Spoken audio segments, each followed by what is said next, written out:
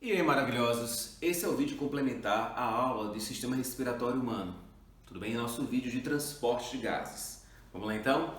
Lindos! Lembrando da aula passada, uma pequena parte do CO2 é transportado no plasma sanguíneo na forma de CO2 dissolvido. Bem pouquinho mesmo, em torno de 4 a 5%. Oxigênio idem. O oxigênio, o O2 molecular, também é transportado em pequeníssima quantidade dissolvido no plasma. Então, boa parte do oxigênio é transportado na hemoglobina, na forma de oxihemoglobina. Tudo bem, tio? Já o gás carbônico, veremos na estante, ele tem o transporte no plasma dissolvido em pequena quantidade, um pouquinho na hemoglobina na forma de carbohemoglobina, né? E boa parte transportado na forma de íons bicarbonato, como veremos na estante. Bora focar agora na parte do O2, na oxihemoglobina. A nossa hemoglobina é o complexo proteico com 4 polipeptídeos. Cada polipeptídeo vai ter um grupo, um anel, uma formação em anel, chamado de grupo M, que contém ferro na sua composição. É esse ferro que vai conferir à hemoglobina uma afinidade ao oxigênio. Tudo bem, tio?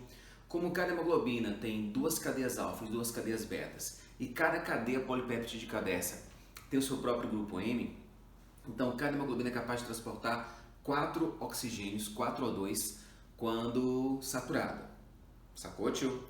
Lembrando que se você puxar a memória, você tem mais ou menos, levanta o olhinho, 5 mil milhões de hemácias por ml de sangue. Certo, tio? Lembrando que nós temos de 4 a 6 litros de sangue no corpo. Então temos 5 milhões de hemácias por ml de sangue. Em cada hemácia, você tem 250 milhões de hemoglobinas. Como cada hemoglobina transporta, quando saturada, 4 oxigênios, então uma hemácia saturada carrega até 1 bilhão de oxigênios. Lembrando que temos 5 milhões de hemácias por ml de sangue. Lembrando que temos de 4 a 6 litros de sangue em média no corpo humano. Sacou, tio? Lembre que a hemácia é uma célula lábil, ela vive pouco, vive no máximo 90 a 100 dias. Então a hemácia o tempo todo envelhece, sofre malcaterese no fígado e no baço e o tempo todo são repostas pela medula óssea. Quando a hemácia envelhece, fica doente, velha ou mal formada, ela é encaminhada até o fígado e o baço, perfeito? Sofre hemocaterese. De imediato a medula óssea repõe a hemácia perdida, hematopoese, numa velocidade de mais ou menos 2,5 milhões de hemácias por segundo. Essa é a renovação de hemácias do nosso corpo. É por isso que após uma doação de sangue, a pessoa se recupera tão rápido. Só se recupera em 6, 8 horas. A sua volemia se recupera e mais ou menos 2, 3 dias o seu organismo inteiro está recuperado como se não tivesse doado sangue. Sabe qual é a ideia? A periodicidade de doação de sangue é maior para evitar que o corpo, né, entre em crise, produzindo mais hemácias que o ideal, achando que está passando por hemorragia, sacou? Então é para não afetar a homeostase. Mas nosso corpo se recupera muito rápido, porque nossa hematopoese é muito intensa. Mas voltando para o oxigênio, levanta o olhinho aqui. Então eu tenho 4 formações em anéis, cada um tem um ferro e cada grupo M desse carrega o seu oxigênio, tudo bem, tio? Como o ferro confere ao complexo uma coloração, a gente chama de pigmento respiratório, ou cromoproteína, né? Ou grupo ligante mesmo. Então, como é ferro, seu aspecto visual é avermelhado. Caso fosse magnésio, seria verde. Caso fosse cobre, seria azul. Caso fosse vanádio, seria roxo. Mas como é ferro, ele tem esse aspecto avermelhado característico, né, do sangue que a gente conhece. Beleza, tio? Então, voltando, a nossa hemoglobina, 2 cadeias alfa, 2 cadeias betas, tudo bem? Cada cadeia dessa tem seu grupo M que carrega um oxigênio. Tudo bem, tio? O lance é como a hemoglobina carrega esse oxigênio. Vale muito a pena você me ouvir agora, presta atenção. Imagine uma hemoglobina que não tenha nenhum oxigênio, certo? Nenhum oxigênio, certo, tio? Se você aumentar ao redor dessa hemoglobina, se você aumentar a pressão parcial do oxigênio de 0 para mais ou menos 20, tudo bem? Você consegue dessa forma, deixa eu até mudar a cor aqui do nosso. Você consegue dessa forma ligar um oxigênio a essa hemoglobina. Tudo bem, tio? Então, se você aumentar de 0 para algo perto de 20, a pressão parcial do oxigênio no entorno dessa hemoglobina, logo, no entorno dessa hemácia, você consegue ligar um oxigênio à hemoglobina. Então, tio, se tiver, por exemplo, 250 milhões de hemoglobinas, você vai ligar 250 milhões de oxigênios àquela hemácia. Sacou a ideia? Vamos lá. Como é que você calcula a pressão parcial de um gás? Você pega a referência que é o nível do mar, pressão atmosférica 760 milímetros de mercúrio. Digamos que ali tenha 22% de O2 e tem 22% de 760. Sacou, tio? Tudo bem? Vamos lá então. Acompanhe a ideia qual é. Se você aumentar a pressão parcial de 20 para mais ou menos 30, ótimo. Você agora vai para 50% de saturação. Ou seja, para ir de 0 para 25, ou seja, para ligar um oxigênio, exigiu 20 milímetros de mercúrio de pressão parcial de O2. Então, aumento de 0 para 20, certo? Já de 20 para 30, aumento só de 10 pontos, tudo bem? E já consigo ligar com o segundo oxigênio. Acompanhe, acompanhe. De 30 para 40, acompanhe, ó. Você consegue ligar o terceiro oxigênio. Isso quer dizer que à medida que a hemoglobina vai interagindo com os oxigênios, ela vai mudando sua conformação quaternária, ou seja, sua estrutura espacial, e aumentando sua afinidade ao oxigênio. Sacou, tio? Porque para capturar o primeiro oxigênio, ela exigiu praticamente 20 milímetros de mercúrio de pressão parcial de O2. Para capturar o segundo, bastou algo perto de 30. Então a variação menor que 10. Sacou, tio? Para capturar o terceiro e alcançar 75% de saturação, menos ainda. Tudo bem? Agora, daqui por diante, ó, até alcançar 100% de saturação, tio, ó, tem que ter 100 milímetros de mercúrio. Tudo bem? Então, para pegar o primeiro, afinidade pequena. Para pegar o segundo e o terceiro, grande afinidade. Para pegar o quarto, a variação é bem maior. Sacou a ideia? Isso quer dizer o quê? Bora inverter? Lá vai azul, ó. Sim, bora dar nomes aos bois, né? O nome desse processo é cooperatividade positiva. Como assim cooperatividade positiva? À medida que a hemoglobina vai interagindo com os oxigênios, ela vai aumentando a afinidade ao próximo oxigênio. É por isso que a curva de afinidade da hemoglobina é uma curva sigmoide. Sacou, tio? Não é linear. Porque se ela fosse linear, provaria que a afinidade seria a mesma em qualquer situação, mas não. Tudo bem? Então, essa é a curva de afinidade da hemoglobina ao oxigênio. Agora, bora inverter o processo. Preste atenção.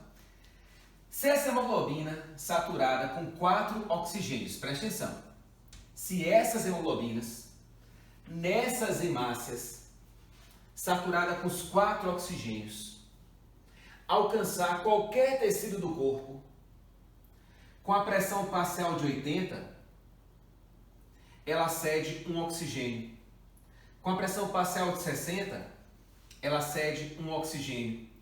Com a pressão parcial de 40, ela cede um oxigênio. Sacou, tio? Ou seja, para baixar da saturação 100% para 75%, ou seja, perder um oxigênio, ela trabalha na variação de pressão parcial de O2 de 100 até 40.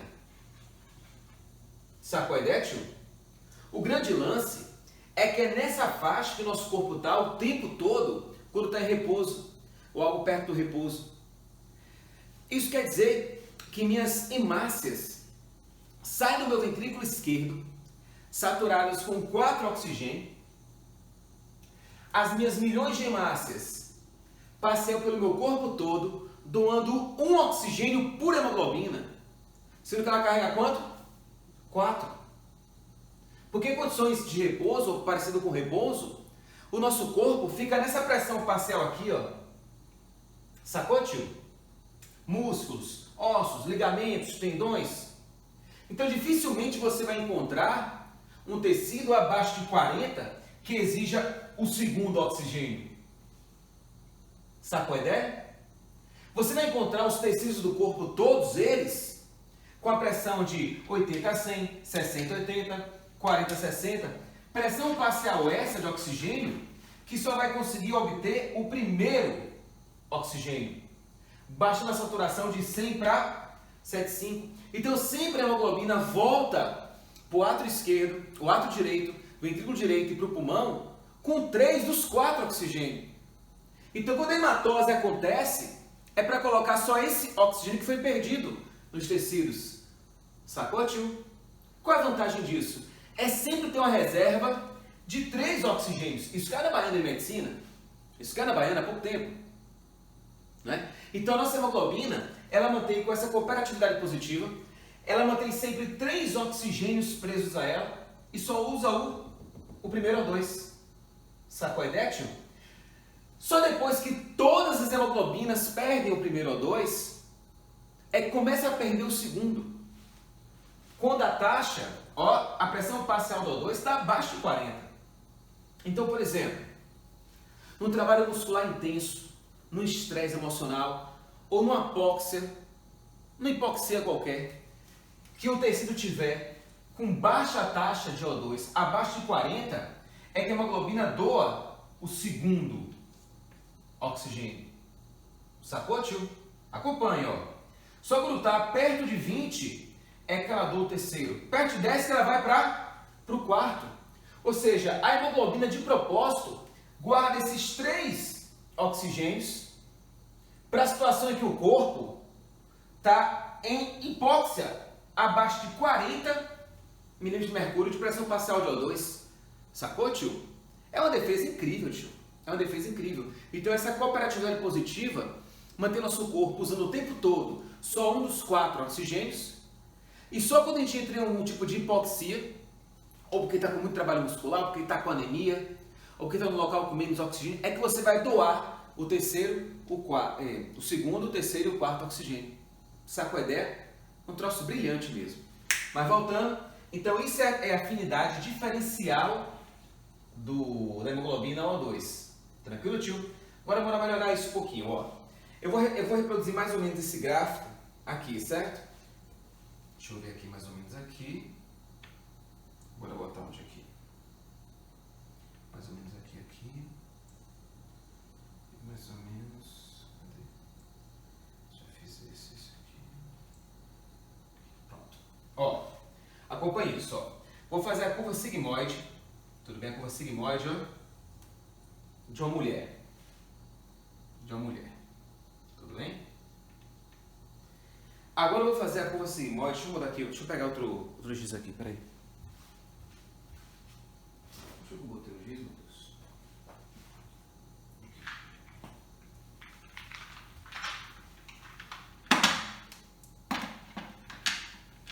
Ó, acompanhe. Vou fazer agora outra curva sigmoide aqui. Tudo bem, tio? Lá vai, ó. Esse aqui é a fetal.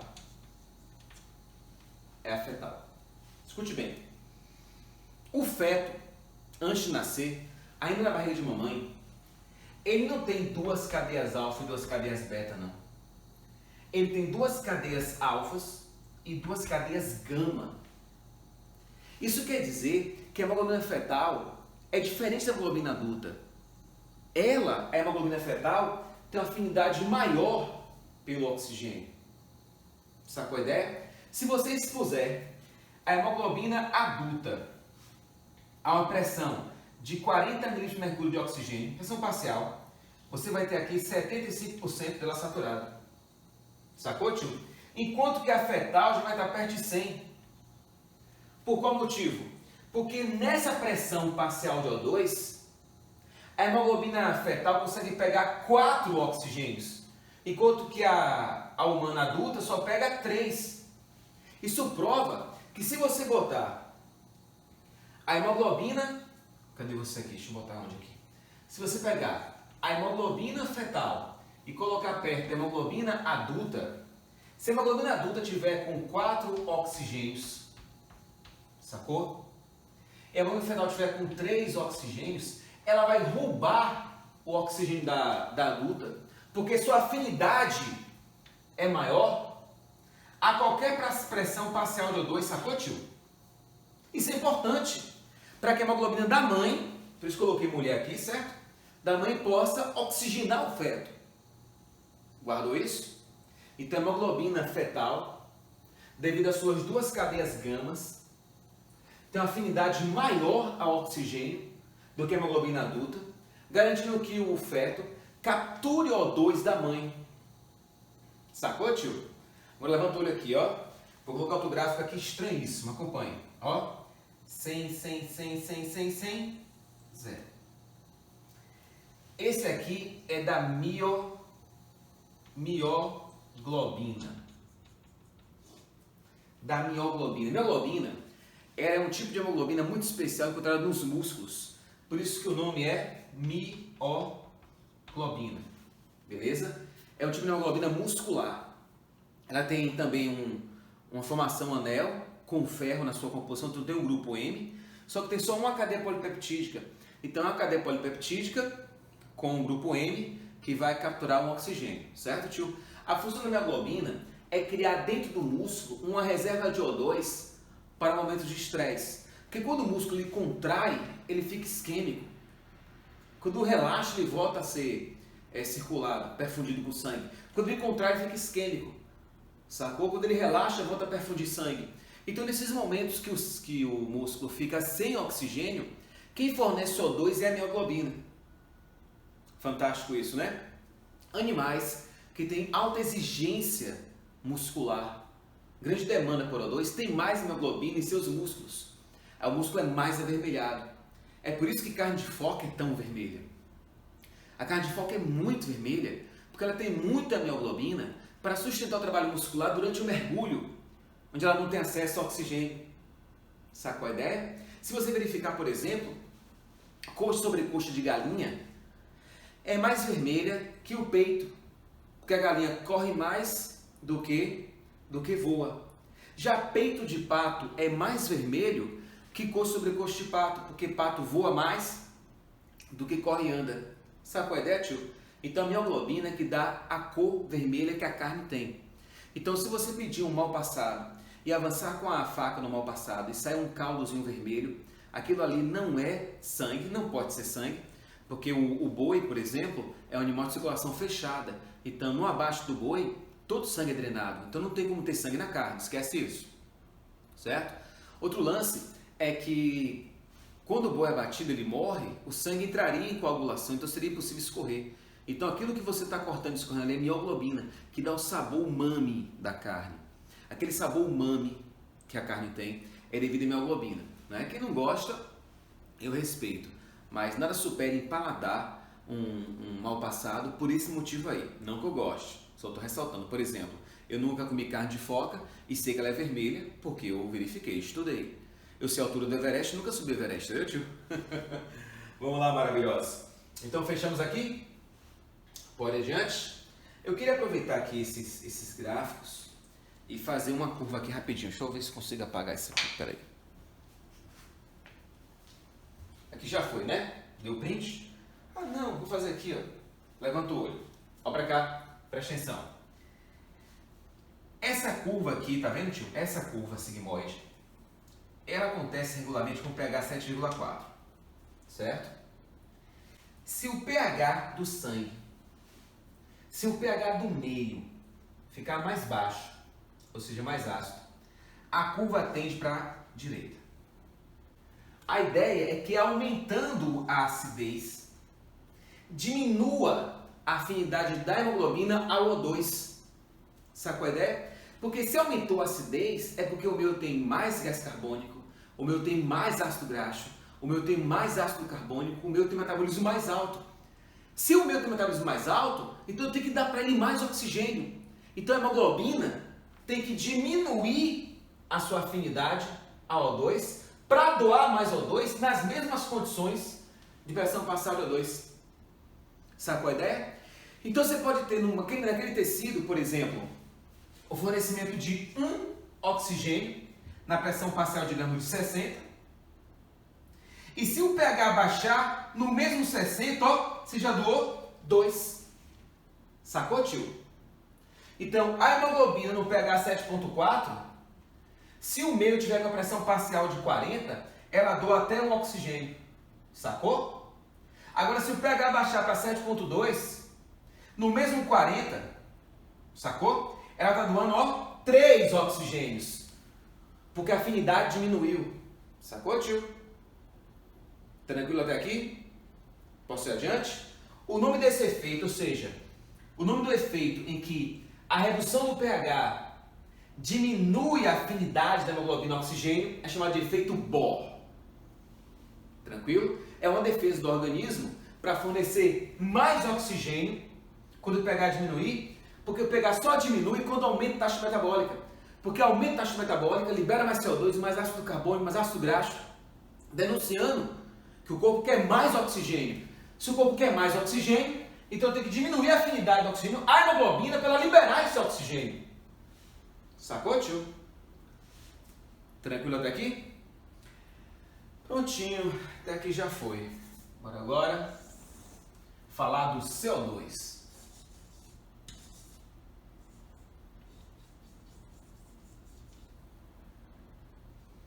Vamos lá, tio, para o transporte do CO2? Te observe bem. As células do corpo, elas fazem o tempo todo respiração aeróbica. E o tempo todo elas liberam CO2, né? Na glicólise, no ciclo de Krebs. Na glicólise, quando converte a glicose em acetil, né? De piruvato para acetil. E no ciclo de Krebs, com a ação das enzimas descarboxilase. Toda vez que as células liberam CO2, o CO2 passa para as células endoteliais, do endotélio do capilar, e passa para a corrente sanguínea. Certo, tio? Então, o CO2 vai do local de liberação, que é a célula do corpo, passa então para o endotélio vascular do capilar e passa para a corrente sanguínea. Tudo bem? O CO2 contido no plasma, ele interage com a água, formando assim o ácido carbônico, certo? O H2CO3. Tudo bem, tio? Esse ácido carbônico, ele espontaneamente se dissocia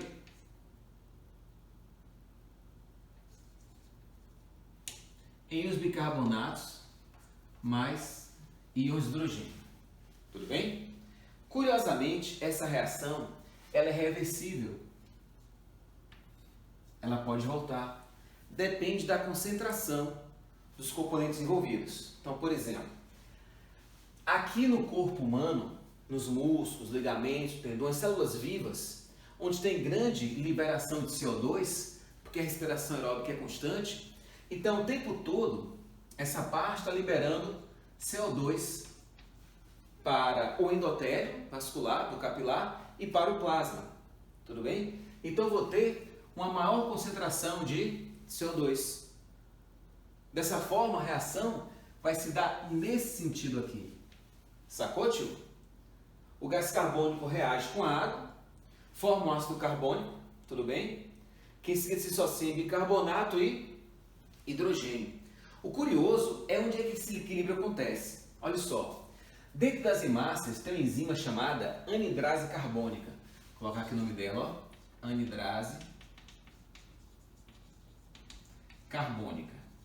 Presta atenção. Essa enzima, ela vai acelerar, não direcionar, ela vai acelerar a conversão do CO2 água em ácido carbônico. Então vai acelerar esse processo aqui, certo, tio? Isso quer dizer que o gás carbônico vai entrar na hemácia, tudo bem? Na hemácia do gás carbônico, uma parte se liga à hemoglobina, lembra? Uma pequena parte da hemoglobina. E o restante vai reagir com a anidrase carbônica, com a água, formando H2CO3, que é o ácido carbônico. Como a concentração ainda é alta de CO2, e a reação vai acontecer nesse sentido, então esse ácido carbônico se dissocia em bicarbonato, tudo bem? E íons de hidrogênio. Esse bicarbonato ele sai da hemácia e vai tamponando o sangue na forma de HCO3 em troca do cloro, do cloreto, do íon cloreto. Sacou, tio? Isso garante o quê? Escute que zorra. Esse processo de transformação de gás carbônico e água em ácido carbônico e de ácido carbônico em bicarbonato garante que a hemácia roube CO2 do plasma, deixando o plasma em baixa concentração de CO2 para que ele possa receber do endotélio, que possa receber das células. Sacou? Ou seja, a transformação de CO2 em ácido carbônico e em bicarbonato mantém a diferença de concentração necessária para que o gás carbônico saia da célula para o endotélio, do endotélio para o plasma para a hemácia. Sacou a ideia, tio? Porque se o gás carbônico ficasse aqui no plasma, em algum momento, a taxa de gás carbônico no plasma e na célula do organismo seria igual, aí não teria difusão. Para ter difusão, a quantidade de CO2 aqui tem que diminuir. Para diminuir, ele entra na hemácia. Só que entra por difusão. Então, em algum momento, ia equilibrar. Para não equilibrar, depois que ele entra na hemácia, ele se transforma em ácido carbônico. Sacou? Ou seja, dentro da hemácia, nunca vai ter um aumento da concentração de CO2. Porque toda vez que ele entra, ele é convertido em ácido carbônico.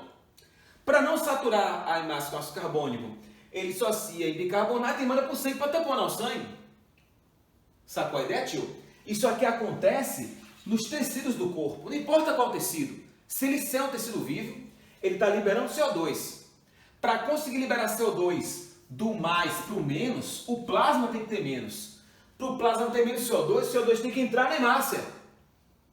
Só que para entrar tem que ser do mais para o menos. Para a hemácia ter menos CO2, ela transforma em ácido carbônico, com auxílio da anidrase carbônica, certo? Fantástico isso, então acelera o processo. E para não saturar, reconverte em íons, bicarbonato, e libera para o meio em troca do cloro. Ou seja, tio, fantástico. Então o tempo todo a hemácia fica capturando CO2 de onde quer que libere. Não vai ter uma saturação de CO2 na hemácia. Sacou a ideia? É fantástico isso, bicho. Aí a hemácia então passa pelo corpo inteiro fazendo isso. Então a hemácia, na verdade, ela não é um transportador de CO2. Seria burrice. É um conversor de CO2 em íons bicarbonato. Sacou? E lá vai o sangue fluindo, vai lá o sangue fluindo. Aí vai ver a cava superior, vai a cava inferior, átrio direito, ventrículo direito, sístole. Aí vai para os pulmões. Sacou, tio? Artéria pulmonar, pulmões. Quando chega no pulmão, eu tenho sangue com grande quantidade de íons bicarbonato, certo? Sacou, tio? Eu tenho as hemácias com muito cloreto dentro delas, porque elas passaram o corpo inteiro fazendo isso. Muito cloreto. Escute a zorra. Eu tenho um capilar super fino, então endotélio super fino, e eu tenho aqui, ó, a superfície do meu alvéolo. Meu alvéolo pulmonar. Só que eu estou respirando. Quando eu respiro o atmosférico. Eu te falei lá passada. O atmosférico é 0,03% de CO2. Então é pouquíssimo CO2. Sacou, tio? Resultado, agora a reação vai inverter. Porque eu vou ter mais íons bicarbonato no meu sangue do que gás carbônico. Sacou, tio? Inverteu a reação. Então agora, o bicarbonato vai entrar na hemácia, beleza? Quando ele entra, o cloreto sai, perfeito? Dentro da hemácia, o bicarbonato reage com o cátion de hidrogênio que vem da hemoglobina, forma um ácido carbônico, H2CO3, que dissocia em água e CO2, que vai para o alvéolo. Sacou, tio? Isso acontece tanto dentro da hemácia, como acontece no endotélio aqui do capilar. Entendeu bem, tio? Então o bicarbonato entra na hemácia, com a saída do cloreto, O contrário, tá vendo? O contrário. O bicarbonato captura o cátion hidrogênio da hemoglobina, vira o ácido carbônico. Esse ácido carbônico se associa em água e gás carbônico, que vai ser liberado para o alvéolo. Sacou a zorra? Ou seja, a hemácia não transportou o gás carbônico, deixou o bicarbonato no sangue. Só quando a concentração se inverteu, é que ela reconverteu o bicarbonato em ácido carbônico, o ácido carbônico em água e gás carbônico para liberar o gás carbônico. Sacou, tio? Isso garante tanto o pH estável do sangue, por causa do bicarbonato, sacou? O pH estável do sangue, como garante que você transporte um componente CO2 que está numa baixíssima concentração, você consegue transportar, porque você consegue manter a diferença de concentração, porque transforma o CO2 em ácido carbônico e bicarbonato. Aí só quando o CO2 está na menor concentração do meio é que você reconverte. Aí vai bicarbonato, ácido carbônico, CO2. Sacou a ideia, tio? Fantástico isso. Lembrando que nós, quando fazemos esse processo de troca gasosa, a gente faz em ventilação. Você faz mais ou menos 12 ciclos desse por minuto. É a sua normopneia. Tudo bem? Se o seu bulbo sacar um aumento na acidez, ele aumenta a frequência respiratória. Taquipneia. Tudo bem? Se baixar muito a acidez, ele diminui a frequência respiratória. É a bradipneia. Sacou? Então, quem vai alterar a frequência respiratória é o bulbo. A ponte não. A ponte faz outra coisa. A ponte sincroniza a respiração para que você possa, por exemplo, falar, para que você possa trocar um instrumento musical, para que você possa cantar. Então a sincronicidade quem dá é a ponte, mas a frequência quem dá é o bulbo. Tudo bem? Tanto em reações adrenérgicas quanto colinérgicas, ou seja, o parasimpático, simpático, como vimos já em outras aulas, de sistema nervoso. Valeu, amores! Dúvidas? Nenhuma? Foi um prazer imenso, muito obrigado pela atenção e até a próxima. Tchau, tchau.